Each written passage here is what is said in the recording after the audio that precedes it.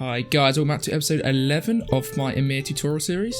So it's been a real rollercoaster ride for me recently, swapping PCs, sending some back to Corsair.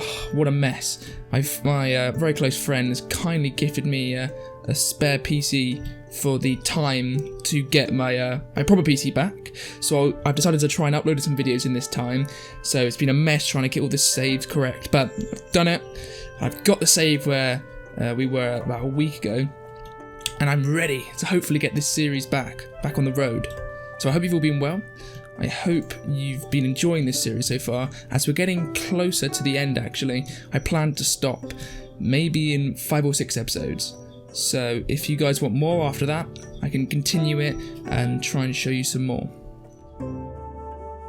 So before I started recording, I noticed a massive problem because, I'm not sure if I mentioned this in the last episode, but because we've settled the new city, we've got huge crippling state power problems. State power at the moment only affects the loyalty in the cities.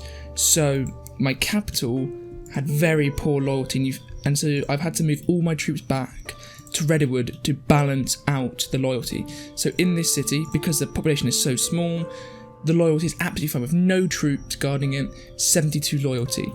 However, in Redwood, it was at 15, sorry, it was at about 20, decreasing to 15. I've had to call my troops back, now we're at 30, so we're just on the edge of revolt or not.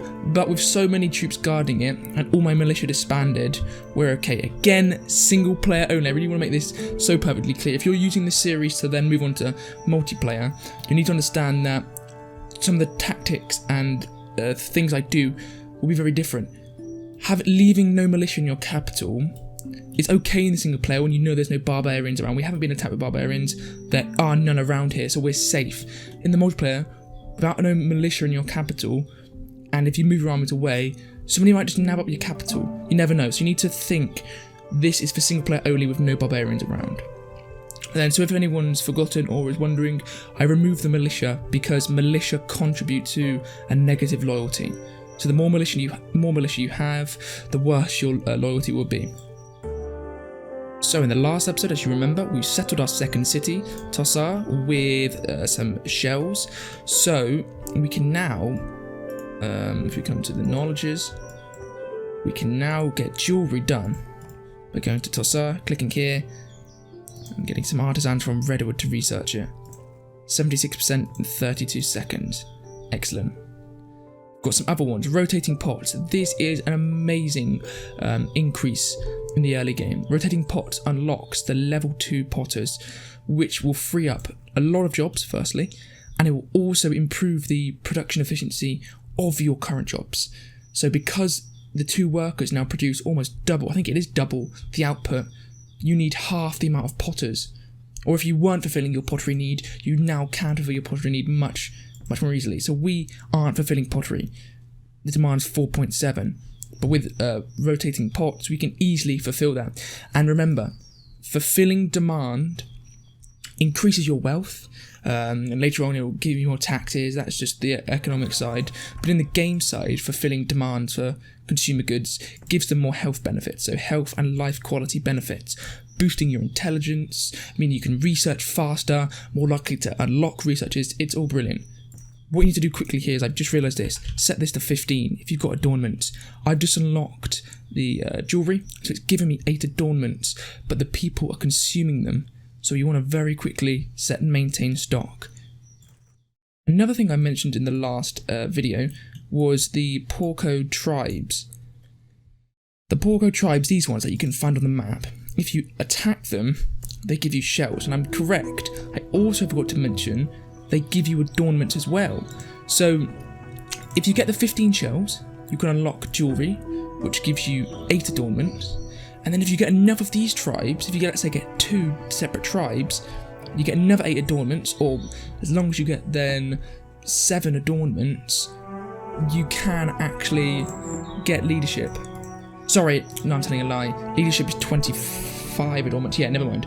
But if you do find enough of these tribes, plus your 8 adornments you get from unlocking jewellery, you could try and get leadership. But it's most easy to do and reliable if you've just got your city on a shell deposit. So we've got a few things. Rebellion risk in Redwood has been stopped. Or you see how it's decreasing because I moved those troops away. So it's just on the border, like I was saying, the edge of crossing over or not. We have got spare people. We've got 7 inactives. So I'm going to get them to work. Because we're now at a point, ladies and gentlemen, we're almost at the maximum conflict. We're at the point where if we increase the population further, we can't really get any more conflict anyway. So we might as well just keep getting more and more people if possible. If we look here, we've got 6 people, 6 or 7 unemployed. Raiders. Portage allows you to trade between your cities. I'm gonna... Who are my traders? Oh, the granary workers, yeah. So I'm gonna get this, just them 3 for a minute. Okay, so now we're getting portage on carrying goods. I'll describe that and explain that a little bit later when we need to use that. Just good to get it done now. I'm going to get potter's wheel rotating pots done, which costs 50 clay. So again, in the multiplayer, when you're just in a single player like this, you're going to amass lots of goods. But in the multiplayer, you're going to want to stockpile goods. As you can see here, we've got 422 clay, just because the game's been running so much. Okay, so portage is done. This will unlock us 2 new buildings. It will unlock the docks and the caravanerie. So again, I'll explain them if we ever need to use them, and we probably will use them, but they're not immensely important at all. In fact, you don't need to use them ever in the game. They can just make your life a little bit easier, but they cost money. We won't need to use them for now. So our current problem is we've got 8 inactives. So we've got all these jobs here. A lot of them are tool makers. Well, I just don't want the tools. You can see we've already got 117 and 60. We don't need any more tools. Again, in the multiplayer, you probably wouldn't have that much. And if you do, you're doing something wrong. You want to be at a point where you're investing in your economy, so in the future you get more. If you're just stockpiling, you're doing nothing with it, you're not improving. But again, this is single player. So what's going on with us is we're not fulfilling leather clothes, we're barely fulfilling clothes, and we're close to completing pottery, and by completing I mean fully filling demand, but we're not. So with all these free jobs and surplus clay coming in, fulfilling pottery will be excellent, and we're about to get the we're not, sorry, I forgot to start this, so we're going to get potter's wheel soon, so we can fulfill that one. In the meantime, what can we do? So we want to fulfill more leather clothes. And you see we've only actually got 2 leather clothes workers. They currently work with artisans, which is why they're producing literally such a small amount. But we do need more anyway. We need more leather. We're only getting 0.6. So I am going to build more tanneries. I'm going to build them. I'm going to build them up here. Yeah, I'm going to build a new little zone up here.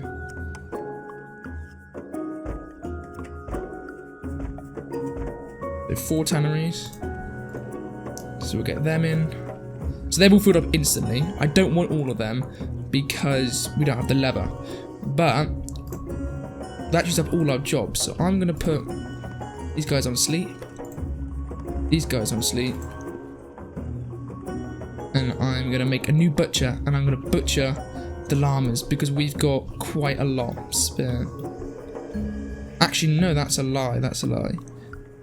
What you need to remember in this game, I'm not sure if I've spoken about this before, I don't think I have, but different animals provide different quantities of resources. So some animals are completely different, like for example llamas and sheep produce wool. Some animals only produce meat, such as like chickens, ostriches. So different biomes have the equivalent. So chickens are for the jungle biome, and some animals are what I'd call the sort of core animals, or there's not really a word for them, but animals such as cows, buffalo. These animals produce huge quantities of leather and a good amount of meat. They're your core animal you want to build your butchering chain around. Problem is, they take the most resources to sustain. And what I mean by that is, cow pastures and buffalo pastures, you get the least amount from one field. So if we built the 9x9 or however big the field is of a llama and a buffalo, the llama would produce more. But we want to get our butchering production chain increased, and we've got 3 buffalo, and we don't have any space here, so I'm gonna start building more cattle farms, and I'm gonna just make it look nice. So I'm gonna build some wooden fences. These do nothing, these wooden fences, but I like using them. It distinguishes the areas up. And so if you keep clicking it, and you can get either wooden fences or bushes. So you keep getting wooden fences, there's a bush. So if you want to use bushes, you can. So I like to use the bushes for government buildings or administration buildings, that sort of thing. Right, so it's glitches there where it just shows the fence, but that doesn't matter. What I'm going to do is I'm going to get some more cattle farms down.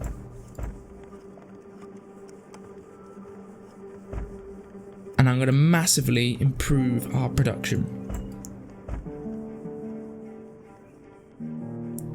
Because what's currently holding us back is our consumer goods production. We're not fulfilling any of the consumer goods fully. One of the consumer goods you want to fulfill for both just the sake of your people, so they get more health, more intelligence, etc., for wealth generation, but also importantly in the early game for martial reasons, for your defense or offense, leather clothes. Leather clothes are needed for archers later on, but also leather is needed for building houses, building bows. So leather clothes and leather production is really important, and the animal you want to be using for that is either cows or buffalo, depending on your biome. So we've only got 3 buffalo, so I want to start actually increasing production of that. So we're going to go, I don't have any Sieve points. So we've got lots stocked up. We're going to here, and we're going to go unlock buffaloes, and I'm actually going to put 2 Sieve points in it, because buffalo is going to be a core part of our civilization. Almost every tile, I'm going to have a lot of buffalo farms, especially in the early game. So now I'm here, we're going to go buffalo. And I've had to lower the graphic settings due to this new PC I've got lagging a little bit on Ymir. But I'm going to up that, it's in shaders. Click apply. And then now we can see the fertility overlay. So up here. So those fields are now up and running. We're getting an extra 0.1 buffalo per tick.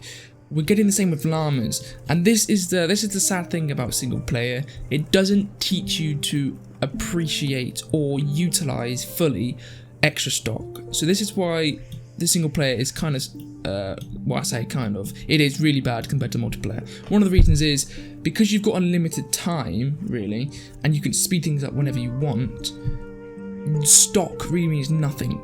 Like for example, I've got 0.1 buffaloes at the moment. I could put this times 40 speed and get about 10 buffaloes in a couple minutes. Multiplayer, you can't do that.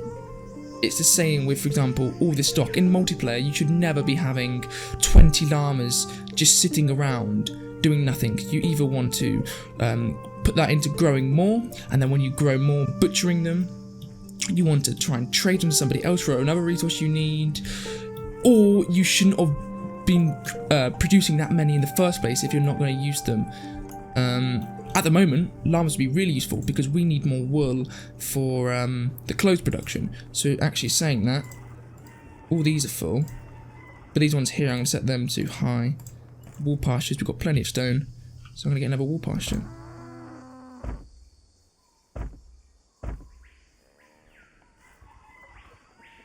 And I'm actually going to put a Sieve point in wool. So how Sieve points affect things is, I'm not sure if I mentioned this before. I have talked about Sieve points, but I'm not sure if you guys remember. But Sieve points, they give a natural sources productivity. What that means is, in this case anyway, the fields themselves produce a 10% increase. So we're going from 10% to 20%. So putting this extra Sieve point in means the fields of wool, the wool pastures, give 10% more wool in general. That just improves your whole actual production. The production efficiency means your workers can produce more. So what this means is, if you're only interested in getting more from what you've already got, you may only find a 10% increase isn't worth it. But if you're struggling for jobs, or you're producing so much, you're spending so many jobs on it, the extra 20% production efficiency means your workers can produce more. So knowing the difference between what they mean is really important to think if putting the Sieve point into it is worth it. Because you want to remember, and this is what I was saying again, linking back to my other point, you shouldn't be stocking up Sieve points. I had 9 Sieve points, which is insane. That's a really bad idea. It's really slowing you down your potential growth. So you want to be thinking, where's the best places I could put my Sieve points into? Food is really important, because for the fact you just have so many food jobs, it can save jobs, so you can put those workers into other areas of your economy. So now I'm increasing my wool production. I'm up to 3.9. So we've got 2.3 spare wool. With this spare wool, I'm actually going to open some more weavers and clothes makers. So I don't like how I've designed this city previously. It's very unorganized and very messy. So I'm going to start again over here, and I'm going to just design a nicer little commercial / a light commercial area. I've messed that up. Well, it just doesn't match with this, actually. That's a shame.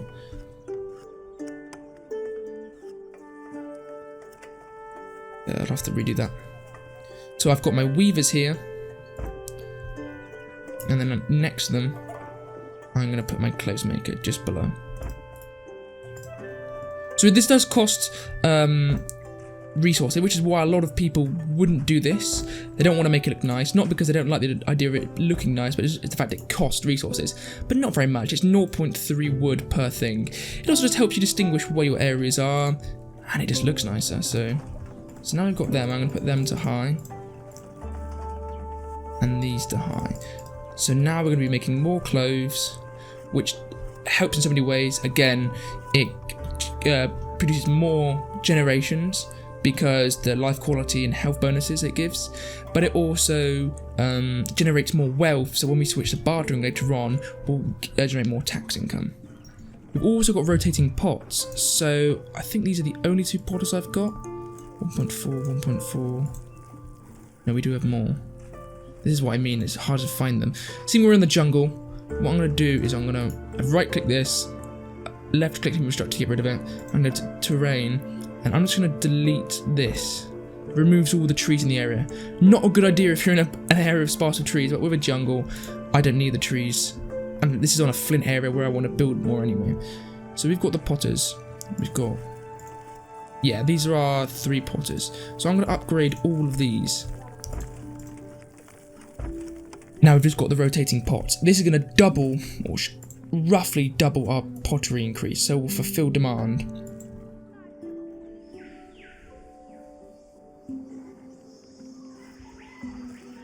Oh, brilliant. We do now actually need 5 more workers. We're still not getting the buffalo in there.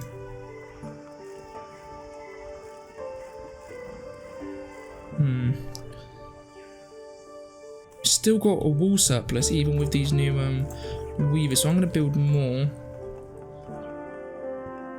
Have a weaver, another clothes maker, and then I'm going to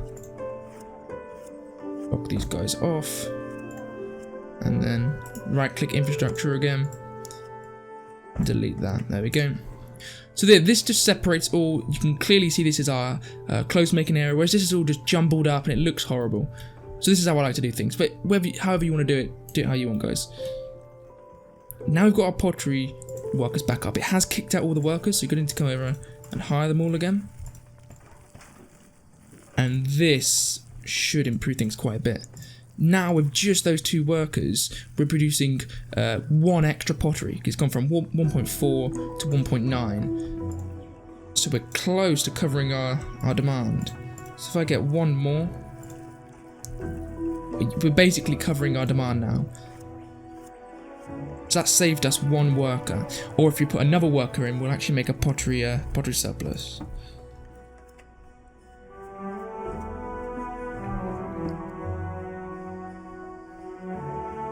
So in the single player, this game really is about trying to progress as far in as you can. I'm trying to show you how I would do things in multiplayer. Again, it's quite hard to show, and I may actually think about recording a series where I do play the multiplayer myself, but I need to have a think about that. If that's something you guys are interested in, I'd love to do that. But the single player, you're not trying to compete with anyone, you're not trying to utilise all your resources effectively. So you see I've got 200 wood, 400 clay, it's very inefficient, lots of wasted storage, I haven't got any threats of anyone attacking me, so it's very easy and very laid back, but it's very different to multiplayer, but it just gives you a way to understand the game. So I'm actually going to stop trying to utilise things as effectively as I could, and I'm just going to try and complete the objectives, as that's why I created this series. So, we're done in Redwood for now. Our loyalty is decreasing though, my goodness. This is where things are a problem. Expanding too much, like I've done here, is a problem. Because at any time we could revolt. So it's having to put a lot of jobs into javelins or any other type of troop to improve the situation. So yeah, now we're going up to 33, so we should be okay.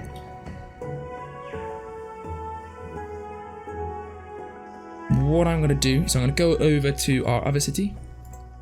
Click on this Laro. And I'm going to try and get adornment production set up. With that set up, I'm then going to collect adornments from that city, bring them to our capital, and complete the quest. I don't even need to do that, sorry. I don't need to do that, we can just unlock it straight away. Boom. Get some more storage. We don't need too many more workers here. We've got one free job. We're making a meat surplus. So one free job. We need 5 stone. So I've got my 9 guys here. I'm going to get 20 stone. And I'm going to pick that over to Tossa. So with the stone over there, I've just realised I'm probably going to need leather and hammers as well. And leather, I think they are producing. Yeah, leather they've got a lot, but hammers, they're going to need some more. I think it's 5 hammers per adornment maker. So I'm going to send over 15 hammers.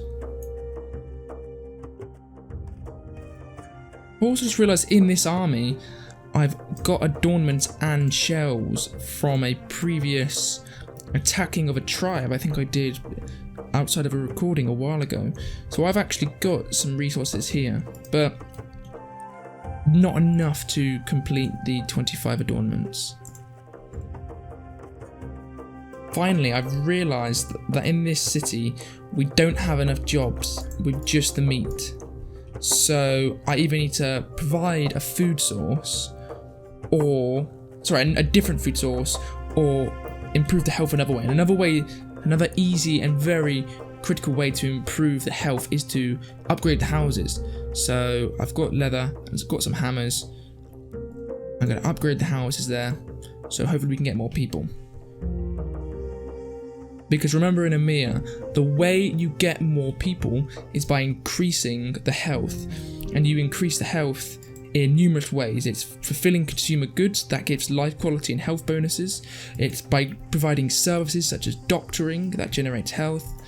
It's providing new food sources. So it's not the extra food that generates the population, it's actually the health bonuses you get from providing multiple food types.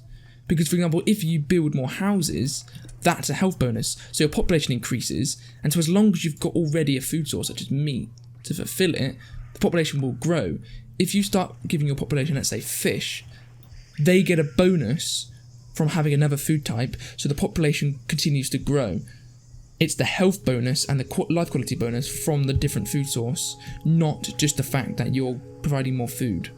Obviously, you need to continue to provide more food to sustain the population increase. So there is 2, 4, 6, 8. There's 10 houses I need to build to fulfill our family need for houses. And so I'm going to get them down. Whoops, I need to do that.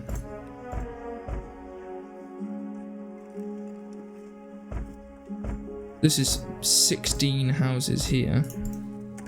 Once that's built, I'll move that over there and then build another house there. So we've got 16 houses there. That's enough to fulfill all the houses and any new families from new generations. Speed the game up, let them build. Okay, great. Move that over there and then get another house. While we're in a gift economy, I'm going to treat this city like its own little city for now. Assuming this is single player, not multiplayer. So we've got the houses. What I'm going to do to speed things up, so I'm going to set that to buildings. I'm going to delete these. That will force them to move into these new houses. Yeah, because you're down here, they've now moved in. And we should see, yeah, now starting to grow. We're growing next generation, 21 new population in the village, and we're going to get 2 new working porcos. That's great. But now we're going to find that our meat supply isn't enough. Yeah, remember, I'm going to build this down here.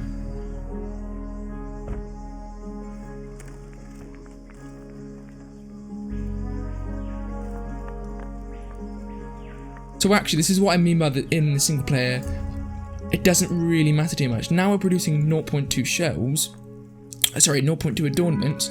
I could simply put the game on 40 times speed and wait till we hit as well. Sorry, I need to maintain this to 25. Yeah, maintain that to 25, so they're not consuming them. But yeah, I could just put the game on 40 times speed and just wait until we hit the 25 needed adornments. That isn't a possibility in multiplayer, because if you do that, you'll fall behind. Obviously, you can't dictate the game speed in multiplayer, but you'll just fall behind. You constantly keep improving your cities, innovating, getting new techs. But for the sake of this series, just so I can show you guys how things progress, I will speed up the game, only doing minor adjustments, as there's no need for me to do it otherwise. So while I've had the game sped up, we've unlocked a new technology, smoking hides. This is the other early game technology that is really, really important. Rotating pots is the one that unlocks level 2, or I should say tier 2 pottery buildings. Tanning hides, what's it called again? Smoking hides, sorry. Tanning. This unlocks the level 2 tannery buildings. Both of these are really, really important for your consumer good production. They double, well I say double, they almost double your output, saving you jobs and allowing you much more easily to fulfill the demand for consumer goods. So while I've had this sped up, we're still getting new workers, we've still got space, so I've got a tool production set up, so I'm going to get another jewellery maker.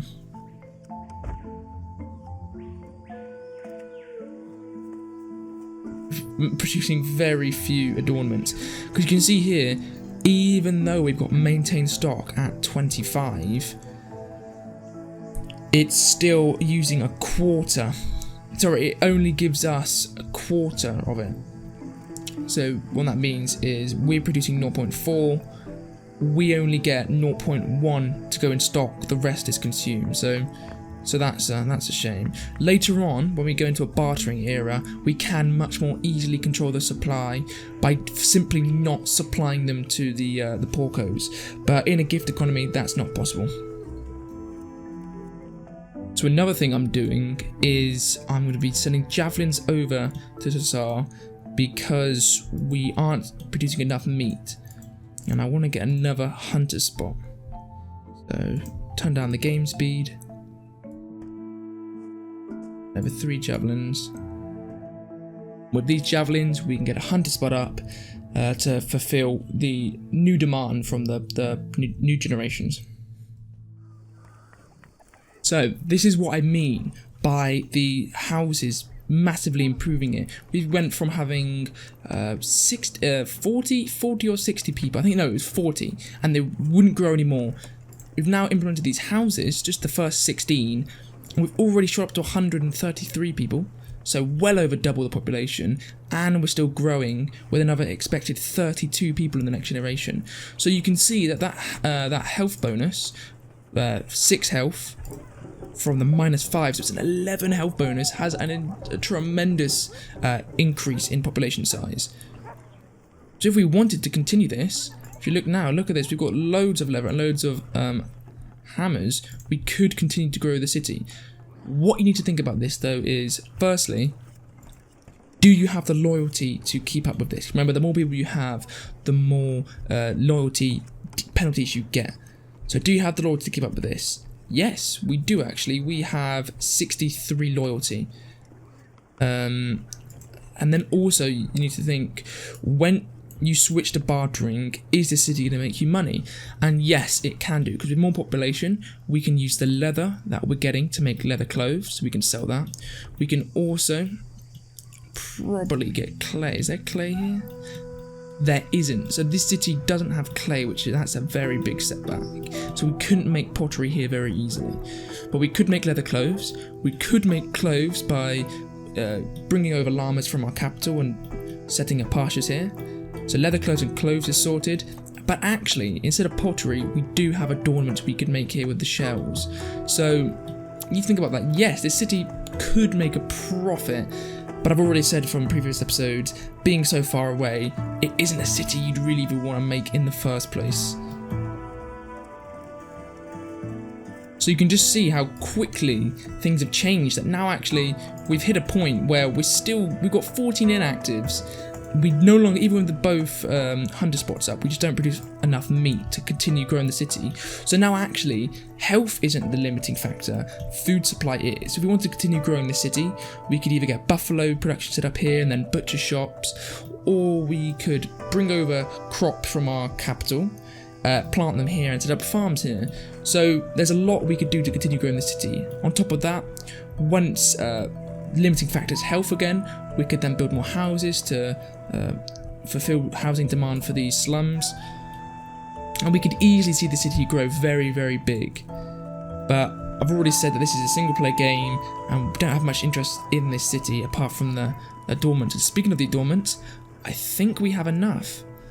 We have 14 here. Do we have enough in our capital? Let me check. We have 14 in our capital, so we now have enough. Can we pay the... Oh no, this is an important thing. The uprising. So when you pay the 25 adornments, if the other one, the superior javelin army, is complete, it will instantly occur. The revolution, or the uprising, I should say, will instantly occur. So you want to make sure that paying the adornments is the last thing you do. In our city here, we have 113 male porcos who will attack us. So we want to have an army ready for them.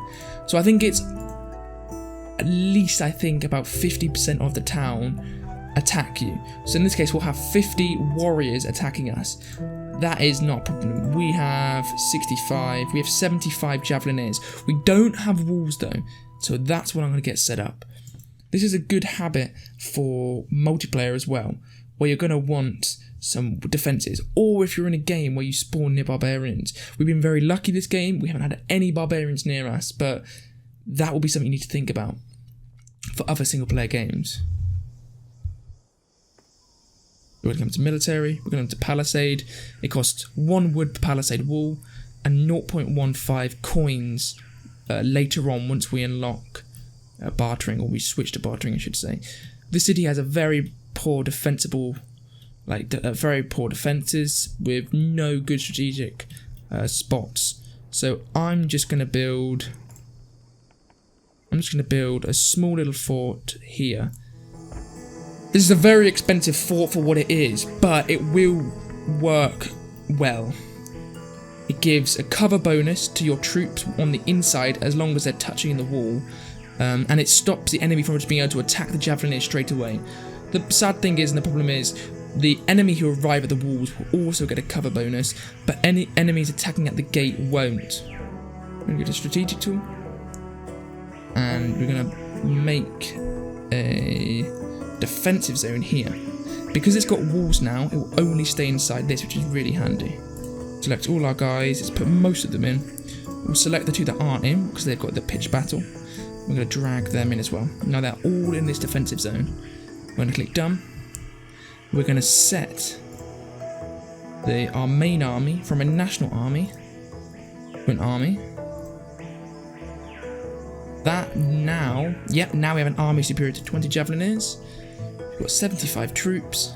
One thing you can do, and this is what a friend told me about, and I quite like the idea, is, as I said before, the more people you have, the more people will attack you. What you can do, actually, quite smartly, is just hire more and more soldiers, because once you hire the soldiers, they actually get taken out from the population. So what you could do is hire all your townspeople as soldiers, or at least a very large amount of them. When the revolt happens, you'll get attacked by very few soldiers, you kill them, and then you disband all the soldiers who you don't need anymore. This will save a lot of population, and it doesn't cost anything. This only works when you're in the gift economy, and you don't have to pay money or upkeep for the soldier. That's what we're going to do. I'm going to set... We've got plenty of javelins, so I'm going to set 30 there, and then another 30 there. I'm not going to hire everybody, but just enough. So now we've taken it down to just 72, so that's saved about 40 people from their death. Strategic tool, they're all in there. And let's see if we can... No, we need them all in the capital. So I'm going to move the other adornments over. So I've got the adornments, but the problem is, you can see very quickly the javelineers just aren't being replaced. Because we've gone so far over our martial limit, 109 over 39, the troops are actually just leaving, so you need to be very quick, and there's only a short-term thing you can do. But now we've got the adornments in place, taking leadership, pay. We're immediately facing a revolt. This is it. Let's go in and let's watch. So the battle's taking place, and you can see all our guys, they've spawned in the little fort where we set them to spawn, and the enemy revolting should come from the town. Yeah, you can see over here a very small group. No, I think that's actually it. So I think the idea... Oh yeah, this is them here. So this is about 30 guys. About 30 warriors. We can easily crush them. They probably won't even break down the walls and we'll be able to get them. So you can see them arriving now, and soon they'll be in range. Here we go. So they got killed before they even reached the wall. Wow. And they're coming to the front gate, and they died. So you can see a huge volley killed them very, very quickly. And that's the revolt over. That's how easy it was when you build a little fort and you hire a large amount of troops. I'm not saying this is the best strategy, but this just allows you to guarantee you've got the win. And it reduces your overall casualties. So now that that's occurred, one porco to rule them all. This is the next big thing, and this will unlock leadership. Well, ladies and gentlemen, that is the end for this episode. I hope you've had an enjoyable experience watching. It's been a very long episode, just because I wanted to finish everything to do with leadership in this one episode. I want to get this series over soon so I can move on to other games and other things to do with Ymir. So if you have enjoyed the video, please leave a like, a comment if you've got any questions, and see you in the next video.